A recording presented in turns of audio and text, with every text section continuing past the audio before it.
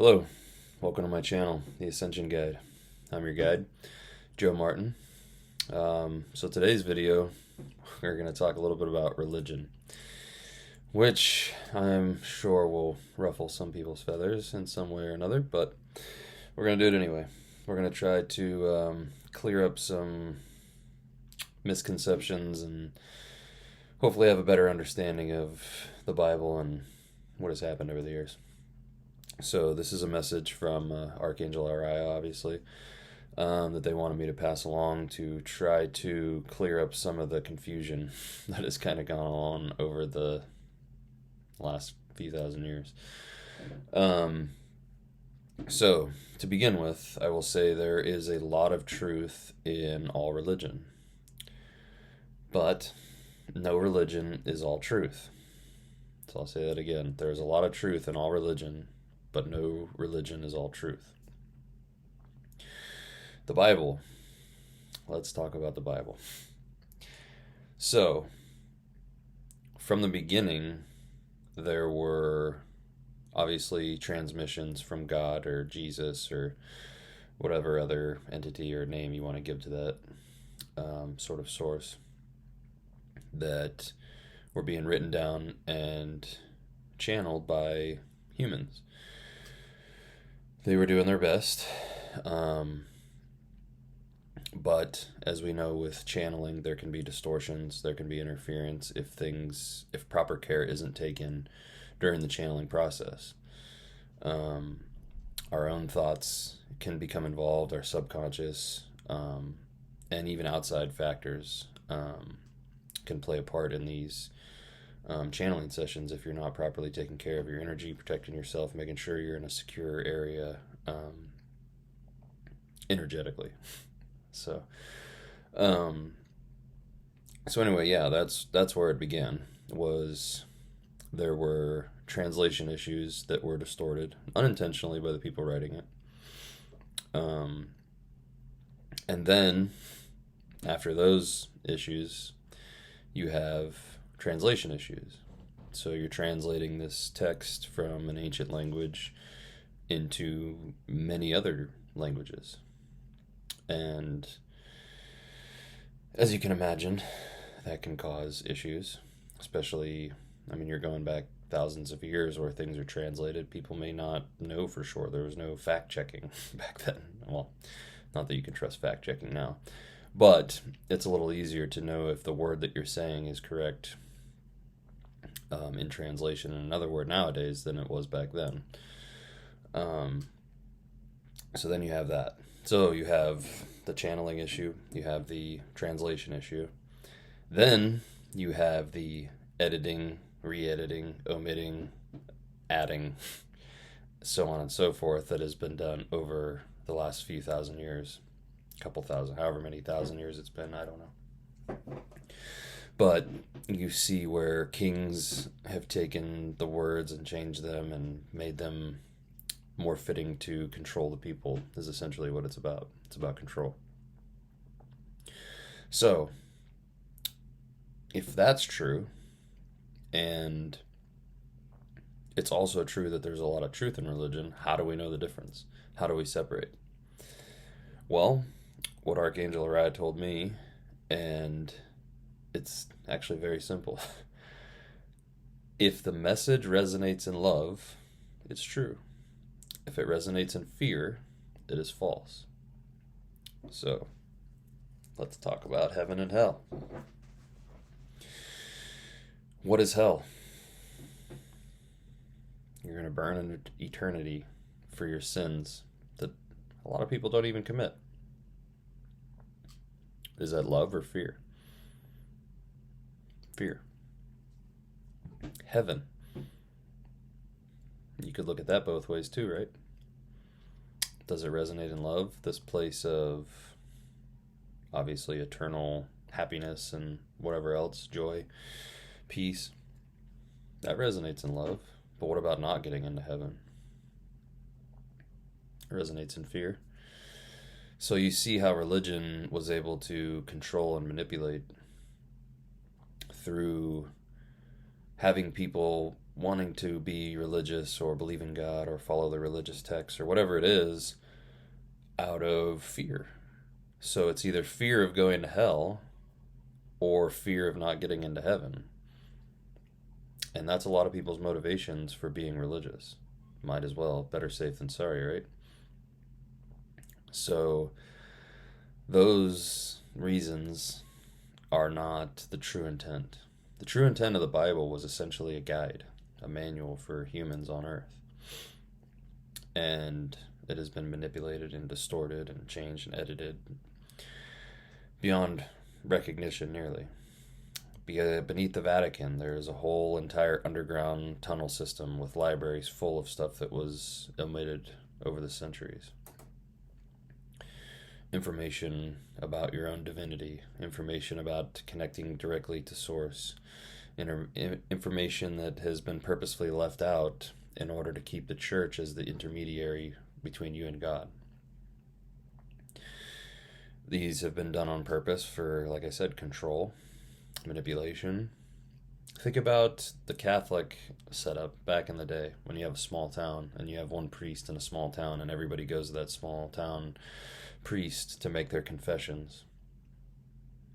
Now that priest, the church, the people in charge, have all of the dirt on every single person in that entire town. Pretty good at keeping people in line and keeping them in check, yeah? So, you can see the levels. Now, there are a lot of stories within the Bible that are true. There's a lot of stories that were meant to be allegories or metaphors that were changed into literal. There were stories that the real event happened and then they added a story to it to make it more for their control purposes, I guess. So, it's a really good thing to have discernment if you're getting into religion. Understand why they did certain things. Like I said, Jesus' message was pure. Jesus was a real person. Jesus walked the earth doing things that many of them are talked about in the Bible, many of them exaggerated. But he did things and was actually here. They saw an opportunity within him if they killed him and created this story of how they could turn him into a martyr, of how they could create this story of him dying for your sins, and how they could create this entity of control with religion. Because there is truth in it. If there was no truth in it, then it would be ridiculous. Nobody would believe any of it. But just as with your medical field or, school system, any of these other controlling systems, there is truth within them, which is how they continue to operate. If it was all fallacy, if it was all false, if it was all just about control and no truth involved, then nobody would fall for it. It would be pretty obvious. I mean, once you get to a certain level of awareness, it is pretty obvious. But for the, average person who doesn't pay attention, it's not that obvious. So you can see how all these things work. You have a little bit of truth, and then people can say, well, that other stuff has to be true because this is true. And it's a fallacy that we get caught up in as humans for whatever reason. We have to be able to look at an entity and see both sides of things. Yes, there's good, and yes, there's bad. Which one's more? Is the medical field really out there to help you? Yeah, in a lot of ways. And in a lot of ways, it's there to make you a client, a customer for life. Same thing with religion, right? If you realized that you were a divine being and you could connect with source or higher entities in higher dimensions on your own without the need of a church, who would pay tithings? Who would donate? Who would keep the church going if you didn't need to go there? I mean, these are things that they think about. And it's not just about money, it's about control also. And it's sad to say, and this is my own personal opinion in this, but I believe that a lot of people do need controlled. A lot of people need religion. Because there's a lot of people that without something telling them, hey, you better be good or else, Who knows what they would do on this planet? You see what religious fanatics do in the name of religion.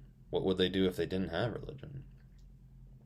Or maybe it goes the other way too, where these people get religion and then think it's okay to have these crusades, or the stuff we see in Islam, or any of the terrible things that religion, where it's supposed to be done in the name of this almighty loving being, and they're going around and murdering people and doing all these horrific things. Like, how does that not contradict itself?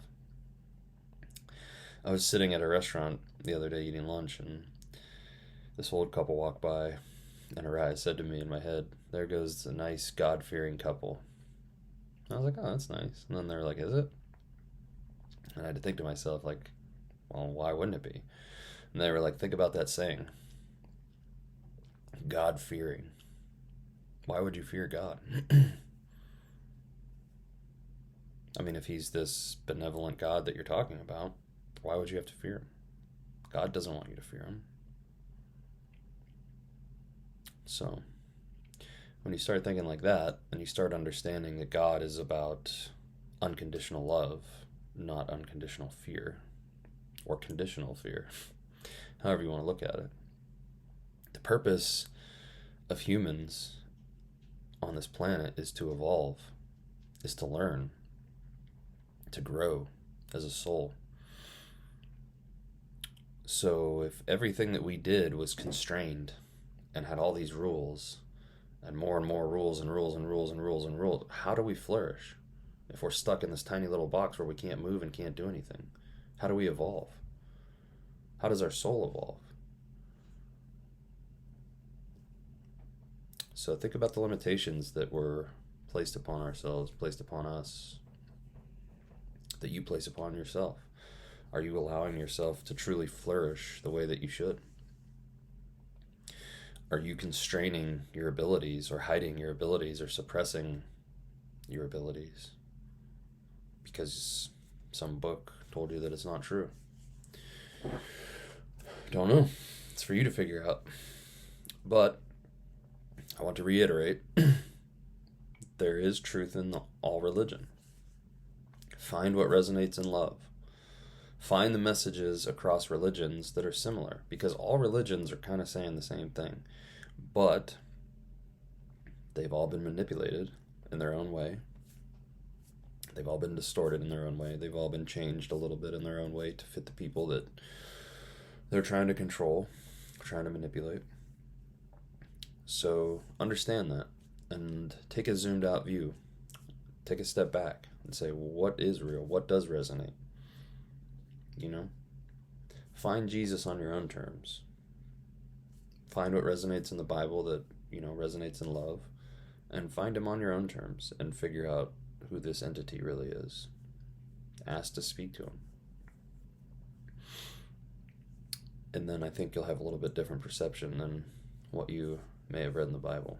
So, all right, thank you so much. I know today's topic was a little heavy for some people, so I appreciate you sticking through. And, as always, if you get any value out of this, I would really appreciate you sharing and liking, as it helps the algorithm and getting this message to others. So, and if you resonate with any of these messages and you would like to have more content, I'm always getting messages from Archangel Ariah, so I love sharing them with you guys. If you subscribe, it lets me know that you're resonating also and you're getting value out of this. So I appreciate that.